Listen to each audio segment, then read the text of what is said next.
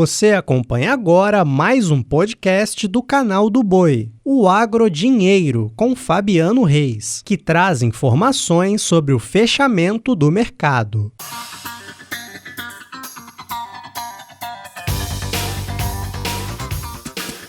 Olá, amigos do podcast Agrodinheiro. Olha, começamos a edição desta segunda-feira, dia 4 de maio, agora são 17 horas e 20 minutos no horário de Brasília. E eu começo com o destaque do dia, que é relacionado a uma preocupação, agora um pouco maior, em relação à guerra no Oriente Médio, que pode se intensificar após haver relatos de chamas no complexo energético lá dos Emirados Árabes. A região fica nos Emirados e registrou um incêndio em uma área industrial de petróleo após ataques com drones vindos do Irã. O episódio coloca mais pressão sobre o cenário e também sobre os preços do petróleo. Então, mais uma vez, o foco vai ficando aí por conta do que se espera em relação à guerra e principalmente as expectativas, de uma finalização de guerra. Trazendo já o tema para os mercados de grãos, nós tivemos hoje o Departamento de Agricultura dos Estados Unidos divulgando o seu relatório de acompanhamento de lavouras, acontece tradicionalmente nas segundas-feiras, e trouxe que o milho chegou a 38% da área destinada ao cereal semeada. É um avanço bastante forte frente à semana passada, um avanço de 13 pontos percentuais, já que estava em 25% na semana passada e é exatamente o mesmo número que estava ano passado na mesma data. Já a soja alcançou 33% nesta semana, compreendido até esse último domingo. Uma semana antes foram 23%, portanto 10 pontos percentuais de avanço. Está mais adiantada do que acontecia no último ano. No último ano nós tínhamos a soja nos Estados Unidos vindo com 28%. Esses são os números que eu vou destacando em relação a soja e também milho lá nos Estados Unidos, a questão do plantio. Trago para você os números para o fechamento da soja em Chicago. Maio fechou a $12,07 o bushel, alta de 1,66%. Julho, $12,22 bushel, alta de 1,62%. Agosto, $12,16, com alta de 1,56%. Setembro ainda fechou a $11,92 bushel, alta de 1,31%. São os números que eu destaco com soja em Chicago. Falo um pouco de dólar também, porque o fluxo cambial é muito positivo no Brasil, tem mais entrada de dólares. O dólar vai desvalorizando no mundo todo, mas aqui no Brasil o real tem se valorizado mais, mesmo com todo o risco fiscal que nós temos por conta da gestão do governo brasileiro. Nós temos dólar hoje, pelo menos às 17 horas e 22 minutos, vinha a R$ 4,96 mais 7, com uma alta de 0,28%. Assim vinha o dólar no dia de hoje, no momento da gravação aqui do podcast, que agora traz a participação de Ronaldo Fernandes, que nos explica essa última semana lá na Bolsa de Chicago e a relação com o dólar. Ronaldo, boa tarde. Boa tarde, Fabiano. Obrigado, é um prazer estar aqui. A gente está tendo reequilíbrio, Enquanto o dólar cai, o Chicago tem recomposto ali, colocando os preços numa sustentação. Para fazer negociações agora, comercialização, tem que ficar de olho no prêmio. É o prêmio quem vai dar o preço real da soja aqui no Brasil. A gente já não olha mais o contrato maio para Chicago, porque ele já está entrando em liquidação. Aliás, esse é um dos fatores que até vai sustentando a alta, porque a gente já está em liquidação de um contrato. Lá em Chicago, a gente sabe que tem a entrega física. Então, quem está comprado em Chicago agora, é como se ele estivesse dizendo para a Bolsa, olha, eu também quero receber o grão físico, porque no dia 30 de abril foi o dia de aviso. Quem queria entregar o grão físico em alguns armazéns da Bolsa, avisa a Bolsa, olha, eu quero que esse contrato meu seja realizado na entrega do caminhão mesmo lá no armazém. E aí a Bolsa começa a distribuir entre quem está comprado, quem vai receber esse volume de soja. E quando a Bolsa sobe depois desse dia de aviso, indica para a gente que tem mais gente querendo comprar. De fato, não só o papel, mas o grão especificamente. E o que a gente tem visto, Fabiano, é que o consumo interno americano está bombando. Nunca os Estados Unidos consumiu tanta soja como tem consumido na história. Isso é reflexo ainda daquele aumento do mandato dos biocombustíveis, dos combustíveis. E aí, para calhar, a gente tem aumento de petróleo. Se vai aumentar biocombustível no combustível, sempre que o petróleo subir, vai puxar o preço do óleo de soja, que puxa o preço da soja junto ainda mais. Porque a gente já teria um aumento no consumo de soja natural com esse mandato maior de biocombustível. Então isso vai ajudando os preços no Brasil a se manterem estáveis. A gente está falando de preço julho, entrega julho, pagamento final de julho na casa de 133 no porto. Só que o prêmio está dando a dica de que não vai compensar toda essa alta de Chicago e o dólar vai puxando para baixo. Então eu entendo que os preços já podem estar batendo no teto, Fabiano. Preço batendo no teto, né? Você acabou de falar do valor para entrega em julho. Eu estou olhando aqui na minha cola, né? Antes de começar o programa, a gente tinha para entrega agora em maio, então é disponível, né? Paranaguá, R$ 132,50, né? Mais ou menos. Santos, R$ 131 a saca. Eu quero até que você comente isso. Neste momento, esses valores são remuneradores? Porque ou está em 132 ou está muito próximo a R$ 132 a saca de 60 quilos. Esse valor está remunerando esse sojicultor pelo Brasil, Ronaldo? Esse é um ponto importante, porque o mercado ele não considera o custo, Fabiano. De fato não está, porque o produtor brasileiro, assim como o produtor americano, vem carregando o endividamento há mais de 2 anos e está chegando agora no estrangulamento das contas. Você tem um déficit muito alto do setor do agronegócio no mundo inteiro, não só no Brasil, taxas de juros altíssimas, a dificuldade de acesso ao crédito, e aí o produtor não tem outra saída para fazer caixa a não ser vender o produto. E aí, no momento em que muitos produtores já estão olhando a conta para comprar os insumos para a soja que vai ser plantada agora em setembro. Então a conta de fato não fecha. Você está vendendo soja barata e se tem um custo alto para a produção, não só dessa soja que passou, mas da soja que ele ainda vai plantar. O que acontece é que o mercado ele só considera custo se o produtor não vender, que é quando a gente fala que sentou em cima, né? Quando somem as ofertas. Enquanto tem oferta, o mercado não considera o preço de custo como um teto.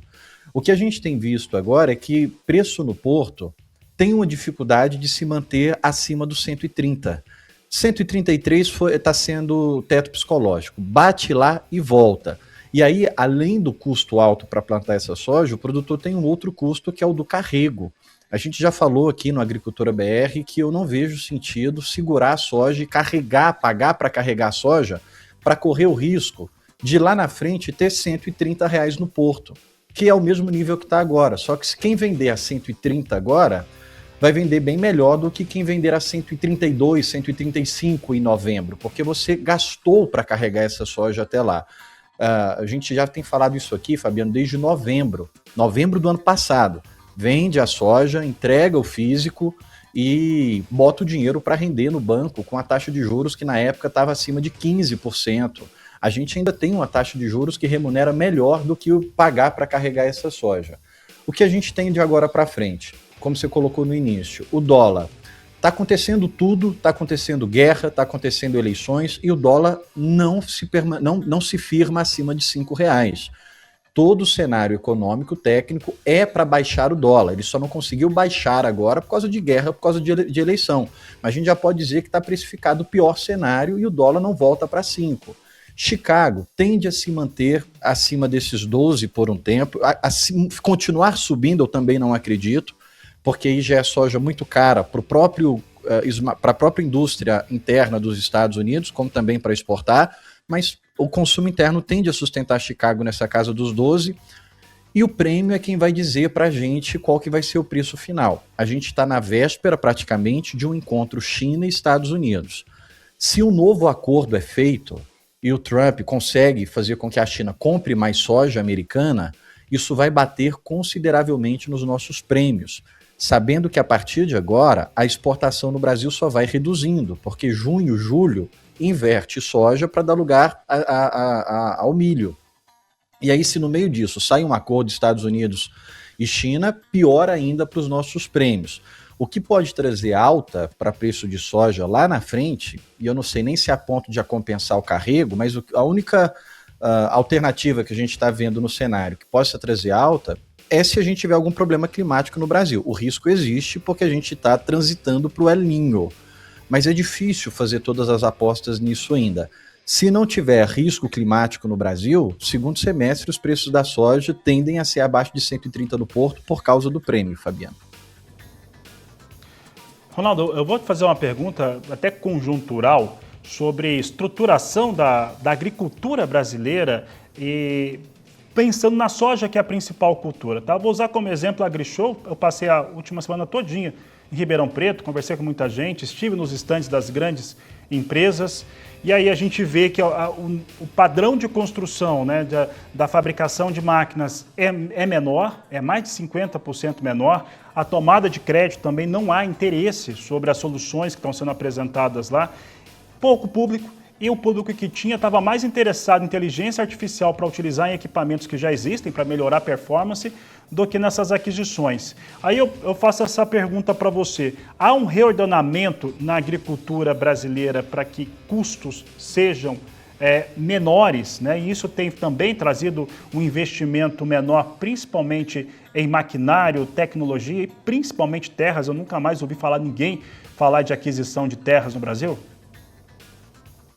O cenário é bem desafiador nesse momento, né, Fabiano? A gente tem uma taxa de juros que ela vem persistente lá em cima há muito tempo. E por que o juros está alto?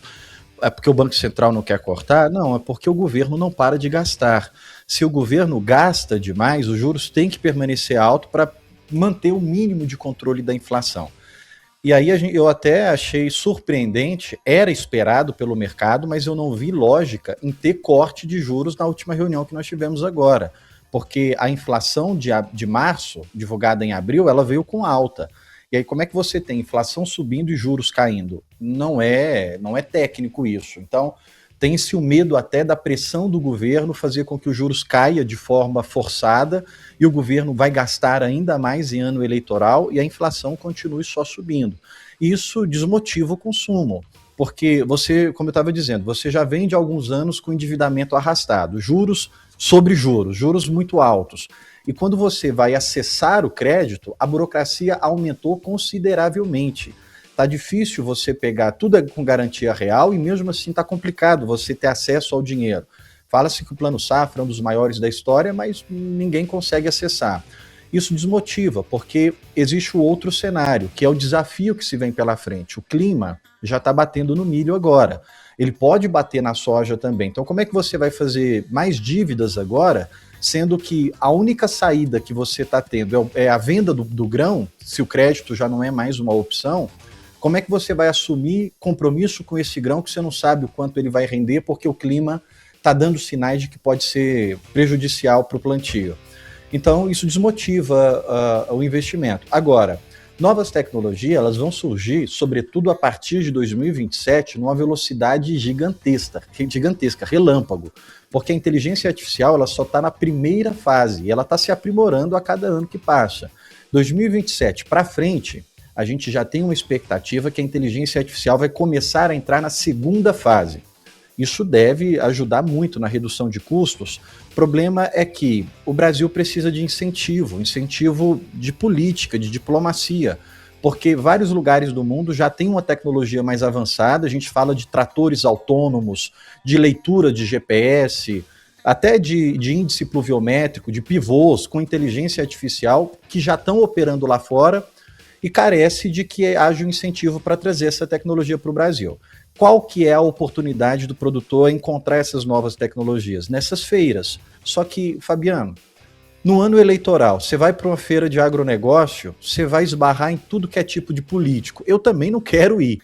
Eu estou indo em feiras agora, só que a gente é contratado para fazer palestras, para conversar, trocar ideia com o produtor. Feira que eu não sou contratado, esse ano eu não faço questão nenhuma de ir, porque você vai ter o desprazer de encontrar movimentos de campanha, movimentos políticos que não são de acordo com o agronegócio e vão estar lá querendo usufruir do público. Então faz sentido, de todos os lados, as feiras ficarem um pouco mais reduzidas agora, Fabiano. Obrigado, Ronaldo Fernandes. Um grande abraço a você e um grande abraço a todos que acompanharam o podcast AgroDinheiro. Você acompanhou o podcast AgroDinheiro. Para mais informações, acesse o nosso portal sba1.com. Até a próxima!